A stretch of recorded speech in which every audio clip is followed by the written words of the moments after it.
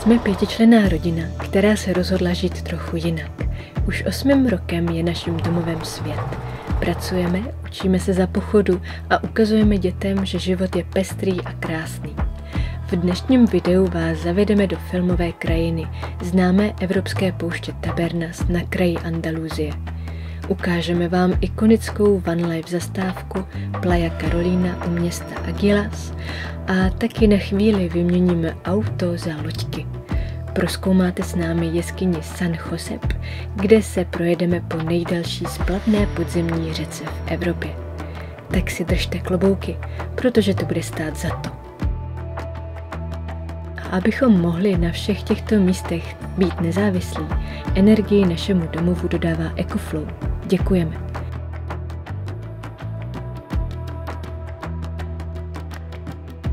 Vítejte u dalšího dílu Fuji Nomads.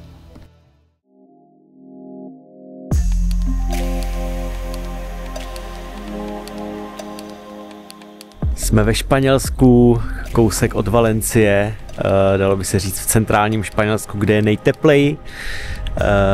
Jak vidíte, ještě je ráno, takže mám mikinku s čepičkou, ale už bych to zvládnul i v tričku. A jsme ve vesničce Cal de Uxó, takový indiánský název, a je tady jeskyně svatého Josefa, která je nejdelší podzemní jeskyní přístupnou na lodičkách v celé Evropě. Bukujou se tady vstupenky, vychází to pořád docela dobře, jsme na 1000 korunách se 3 dětma, děti do 1 metru jsou zdarma, pak větší děti jsou po 8 eurech a dospělí jsou za 15 euro, takže jdeme všichni.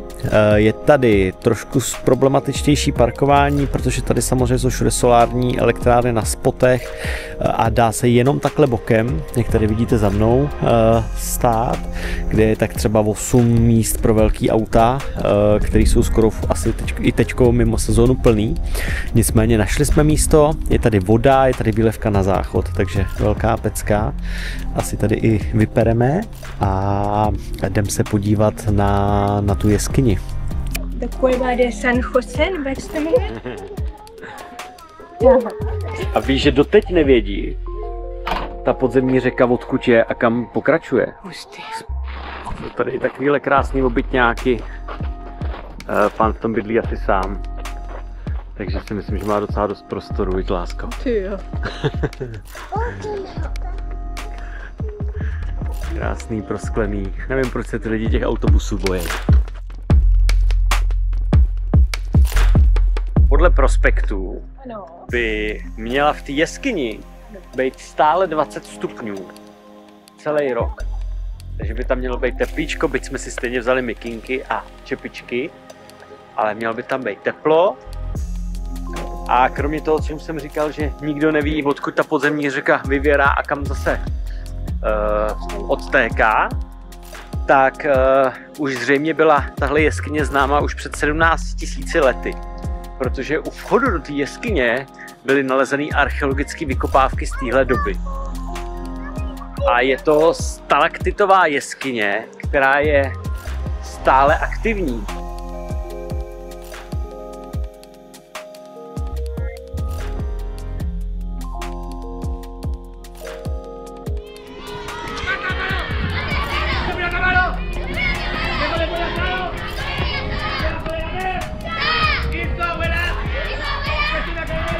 Předběhli jsme školní výpravu a ještě před začátkem prohlídky jsme si stihli rychle vypít kafe v kavárně s prolejzačkama. To je vždycky záchrana všech rodičů. No a pak už jsme zmizeli do tmy jeskyně.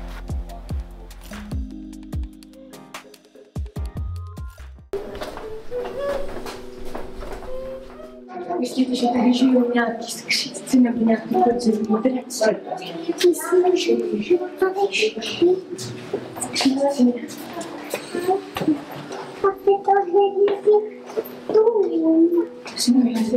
To bude asi jejich dům. A jestli tam bude s takovou hoju, no tak tam šou podzemní skřítci. Projížďka byla doslova ohromující. Pluli jsme po křišťálové řece, která se razí cestu jeskyním komplexem. Střídaly se úzké tunely, kdy jsme museli sklánět hlavy s obrovskými jeskyními sály. Nad námi visely stalaktity až fantastických tvarů, například tento, takzvaná medúza. A ten největší luxus. 45 minut klidu a tmy zvládli bez problému i naše 3 děti. Tak jsme venku, bylo to skvělý, jsme si to užili, vypadá to fakt magicky a je tam fakt teplo.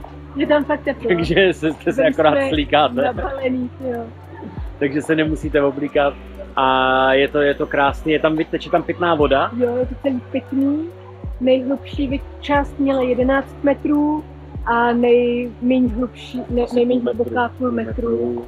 A celý to má asi dohromady nějaké 4 kiláky. Veď ten poslední kilák je jako nepřístupný. A fakt krásný, jako jak to mají podsvícený všude, tak to má takovou magickou atmosféru, takže doporučujeme všema 10. Jdeme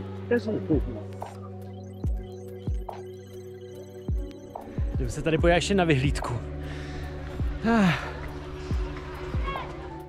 Ty jsi to vyhrál, ty jsi normálně vyběh. Šikulka.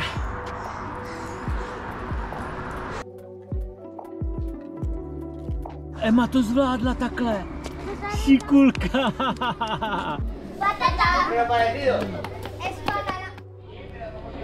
Tak je to zavřený. Máme smůlu. Vyhlídka nebude.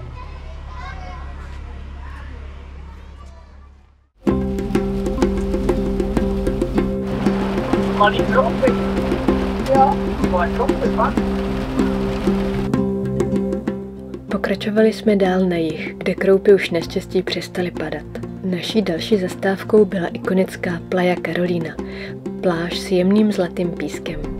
Ovšem s touto krásou přichází i ta hořká realita cestování v zimě. Nejste tam sami. Z té izolované divočiny se stává spíš takové dočasné mezinárodní van life sídliště. Naštěstí i přes tu hustou zástavbu si můžete užít svítání nad mořem a hlavně konečně pustit děti na pláž bez bundy. A to je k nezaplacení.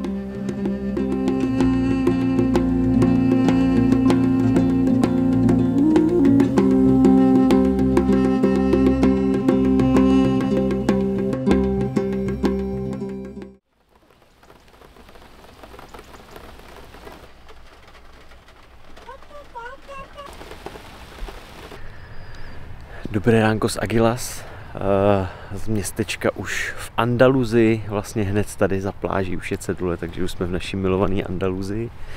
Včera jsme ujeli ještě 390 km.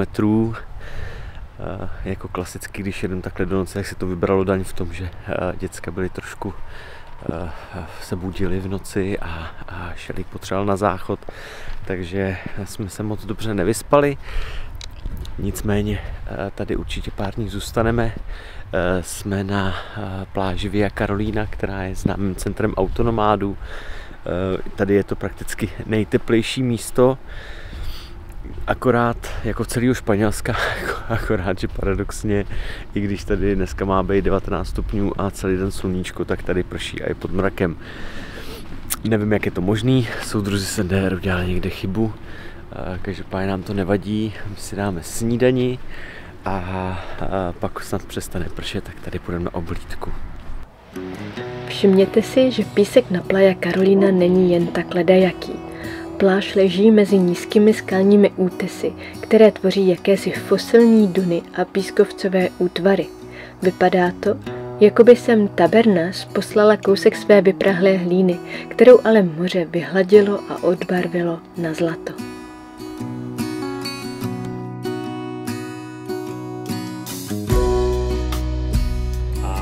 Tak to jede.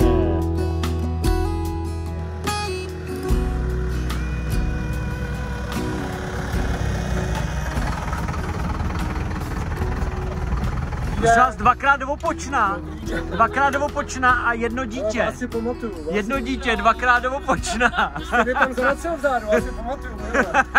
Čau. Potkali jsme se tu s Jirkou, Kačkou a Josefínkou. Možná si je pamatujete z našeho staršího videa o komunitě na řecké Elea Beach. Od té doby utekl skoro celý rok, ale naše cesty se tu na pár dní znovu propojily a bylo to, jako by jsme se viděli naposled včera.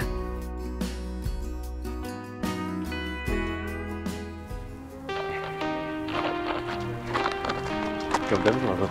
Jdeme fotit na východ slunce. Tata, jau, jau. Mám, jau, jau. That's our job. Jednou z našich hlavních pracovních aktivit je tvorba obsahu a lifestyle focení pro různé značky. No, teď upřímně. Koordinovat 3 malé děti, perfektní světlo a do toho správně prezentovat produkt, je to spíš taková vysoká škola improvizace. Ale zatím nás to moc baví. Samozřejmě, i když dáme sebe důležitější nákup, tak nám něco dojde. Do 2 dnů, já nevím, jestli to znáte. Teď jsem třeba zapomněl na psí granule, takže jsem dneska nasypal ráno poslední. A teď vyrážím 5 km odsud je Mercadona. Takže jdu do Mercadony, měla by to být krásná procházka po útesech, kterou bych si chtěl tak nějak zaběhnout a zase si pak sebou longboard, protože od poloviny by měla vést cyklostezka. Tak uvidíme, jestli tam dneska dojdu. Takovýhle tady stojí nádhery. To je teda velká paráda. Tohle ostatně taky. Tohle bych si asi koupil, kdybych byl sám. Možná jenom s Marunkou. Tak bychom si koupili.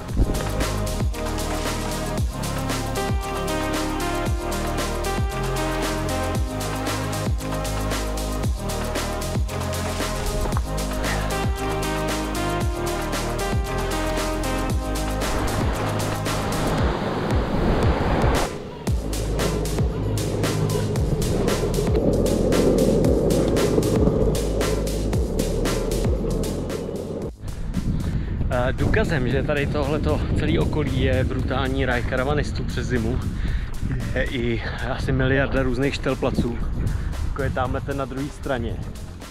A ta benzínka, co tady vidíte, která se jmenuje Anibal, tak ta je brutálně vybavená, tam koupíte normálně čerpadlo, solary, prostě separační záchod, normálně takový malej e-shop na benzínce. A asi to funguje, zároveň už je tady taková ta klasika, vezmete za 50 € naftu a můžete si doplnit doplna pitnou vodu. Mají tady autogas, který se i ve Španělsku blbě schání, takže jako komplet výbava. Tady benzínka Anibal.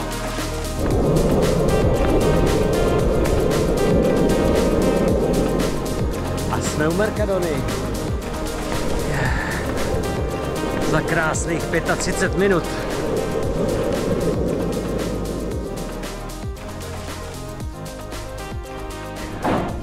Počkej na mě, já jdu pro granulky, jo? Počkej na mě. Máme nakoupí nový bačtu, no jo. A frčíme domů.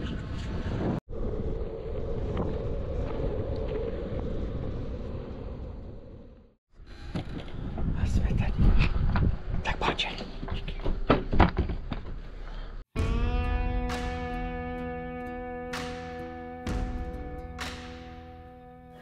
Děti si tady na pláži hledali svou vlastní perspektivu. Zkoumali, jak vítr tvaruje ty jedinečné pískovcové formy a kochali se tou divokou, vyprahlou a přesto krásnou přírodou. A právě v těchto dnech, kdy nacházíme klid pro práci i pro sdílení s dětmi i s přáteli, víme, že ten kočovný život dává smysl.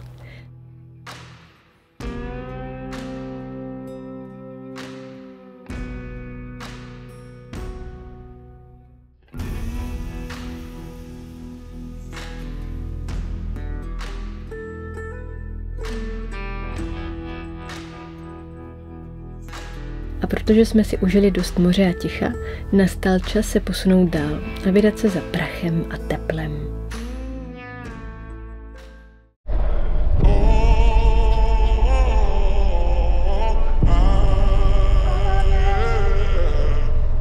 Tabernas je oficiálně jediná kontinentální poušť v Evropě.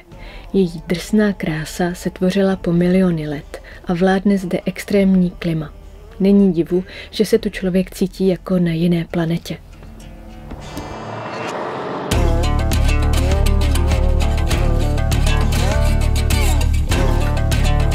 Naše cesta nás vedla skrze dramatické scenérie, úzké kaňony a vyschlá koryta řek, která se zařezávají do krajiny jako jizvy. A ano, člověk má neustále pocit, že se za každým rohem objeví Clint Eastwood. Tabernas je přece jen slavné filmové místo.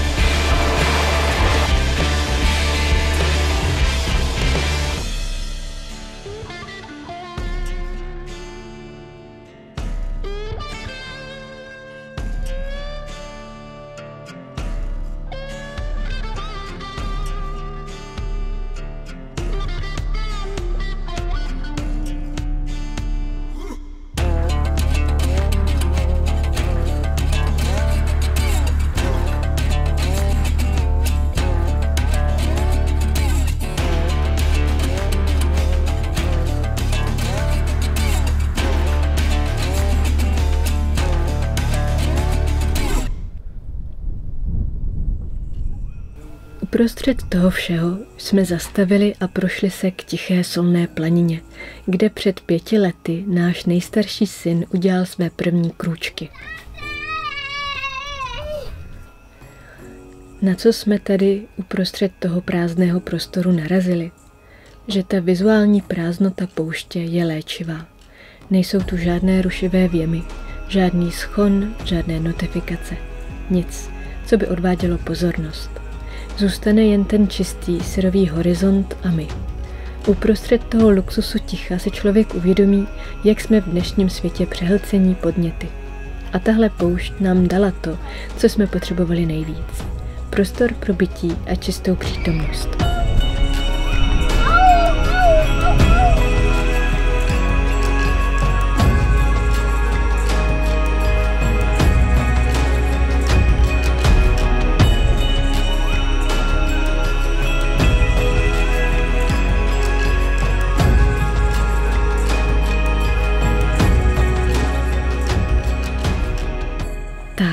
A tohle byla naše cesta od chladivého podzemí až do vyprahlé pouště.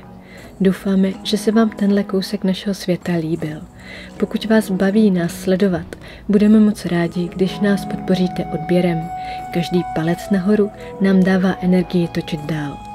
Díky, že jste v tom s námi a vidíme se zase příště na cestě. Ahoj!